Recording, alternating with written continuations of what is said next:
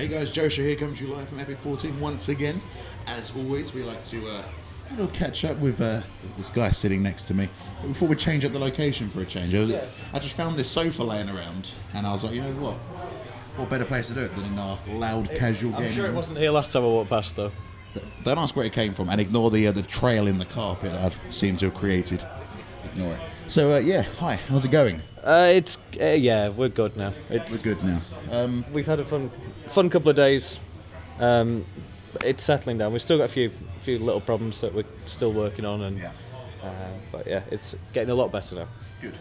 Yeah, obviously, I think in terms of controversy for this event, it's probably something that needs to be addressed. So, in 30 seconds, can you give us a rundown for the people out there? Because we've had just for those of you at home, we had some, obviously it was like in downtime, we had some internet issues, but it was sort of out of our control. But just so that people know what's happening, what we've done, etc. Yeah, I mean, it wasn't one single thing, so I suppose everybody's an expert when they want to criticise, and you didn't bring enough routers and all that. Yeah. And just in summary, we upgraded our router. When we're talking router, we're not talking a little plastic Netgear type thing. Does it have a flashy light on it? Probably many flashy lights on it, but we're talking some fairly serious kit, running software called PFSense for those that are tech-minded. And we upgraded it, so we're trying to do better. We put a dual quad system in to try and make our routing better. Yeah. And that failed. Despite we've used it for a couple of our smaller events to test, but the problem is without an environment where you can get 400 people to test something, it's really hard to know how things are going to cope. It's kind of hard to recreate those kind of conditions. Exactly, especially in our little unit, which is tiny. So we bought a new one, tested it as best as we could. Unfortunately, that failed. The other one had been decommissioned, as in it was ready to be scrapped. And we sent somebody 200-mile round trip to go and fetch the other router to bring it back. So we're taking it pretty seriously. So that was one. Blizzard didn't whitelist us in time for the event, so there's a process to obviously protect their network.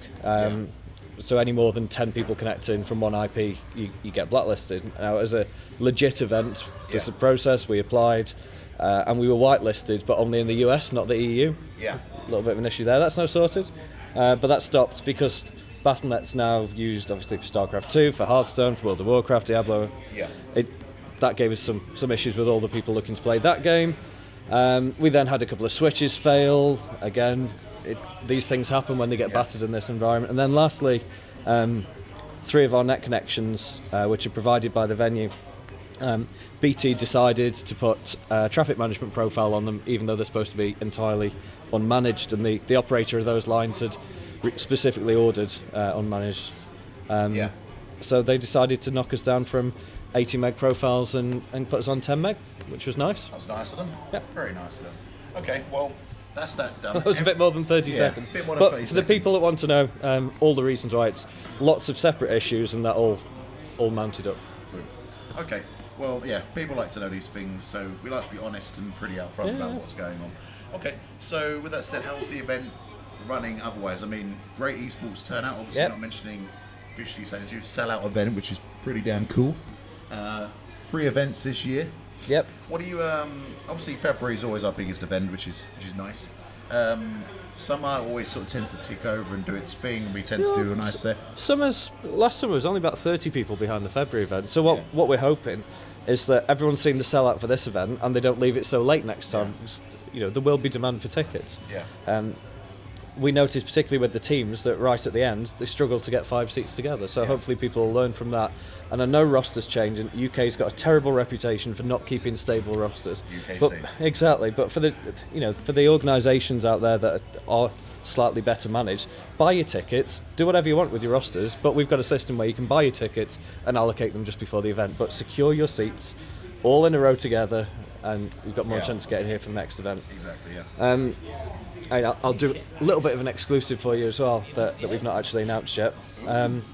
But by the time you put the video up, we probably will have done. We're introducing Xbox One to the July event. So we're bringing back Call of Duty, but in its console guise, because there is a huge console market out there in the UK, and we've done a lot with PC, and the PC side is going to continue to grow, but the consoles is something that we certainly want to get into as well. Exactly.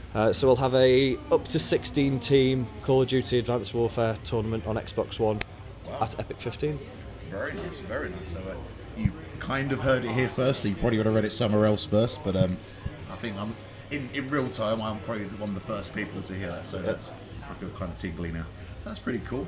So obviously with that said, you kind of got to maintain everything else as well, so you've got to keep making the tournaments better, you've got to keep making the casual side better. Yeah, we've done a load with the casual side. I mean, said tournament turnout's great. Even StarCraft 2 was a tournament we're going to drop, but it's up to 24 players this event. But yeah, we've grown the competitive side, but even the casual side, we've got things like shorten your tour, retro gaming consoles. We've got a beer pong table. People thought that was a really bad idea, but it's been in use constantly throughout the event. Beer pong tables. I might get some more beer pong tables. Let alone consoles, I want more beer pong tables. Exactly. We've put improvements into the production. We got loads of positive feedback about the pub quiz last night because we changed the format of that slightly. So I actually got a chance to take part, which was a nice change, and I somehow managed to win as well. Definite hacks there. I didn't take any prizes. I just want to say I gave it all. Good guy, Joeshow. Good guy. Into the community. So yeah, that was pretty cool. But we'll just start to wrap this up because. From past experience, we can kind of be sitting here for like an hour and we're just like, no, don't probably stop talking now. And you've also got your lunch on the way. I've got Nando's. Yeah, I did shower as well. I'm not showered yet today, so I apologise for I was going to say something. Cool. Is there any sort of last minute bits you want to sort of push out there? Obviously, tickets for epic.FIFTEEN will be going on sale at the end of this event. Some point today. Cool. We'll launch those at some point today. Our light events are still out there as well.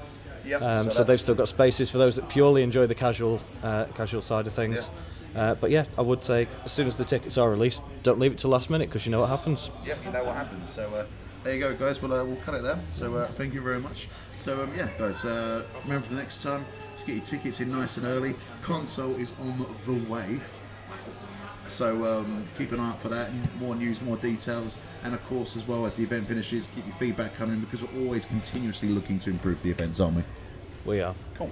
Okay then. Well, see you guys soon. Joeshow and Winbar logging out. You got to do that. Oh, that. Yeah. Boom.